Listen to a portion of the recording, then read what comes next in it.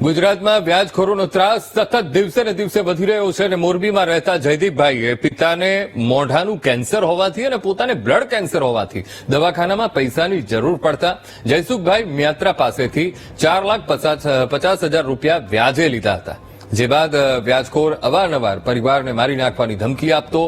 જયદીપભાઈ ઘરે હાજર નહોતા એ સમયે આરોપીએ ફરિયાદીના ઘરે આવી તેની પત્નીને ફડાકા માર્યા હતા.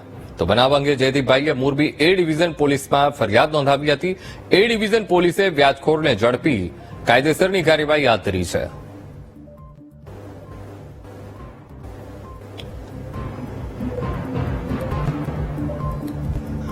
તો આજ મુદ્દે સંવાદદાતા હર્નિશ ફોન લાઈન પર જોડાઈ ગયા છે. હર્નિશ, મોરબીમાં રહેતા જયદીપભાઈએ પિતાને મોઢાનું કેન્સર, પોતાને બ્લડ કેન્સર અને પૈસાની જરૂર પડતા જયસુખ મિયાત્રા પાસેથી 4.5 લાખ રૂપિયા વ્યાજે લીધા હતા, પણ ખૂબ ત્રાસ એ વ્યાજખોરે તેમના પર વર્તાવ્યો.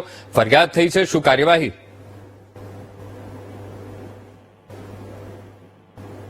જી હર્નિશ.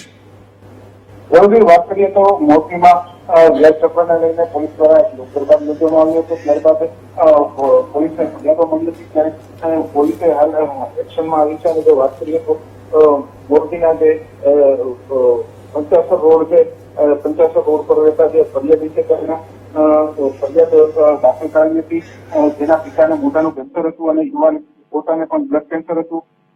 ત્યારે દવાખાનાના કામ માટે પૈસાની જરૂર પડતા તેમને 4.5 લાખ રૂપિયા છે વ્યાજે લીધા હતા.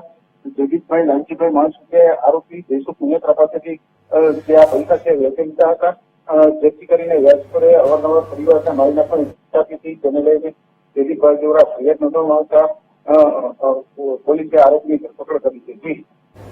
જી બિલકુલ હર્નિશ, સમગ્ર માહિતી સાથે જોડાવા બદલ આપનો આભાર.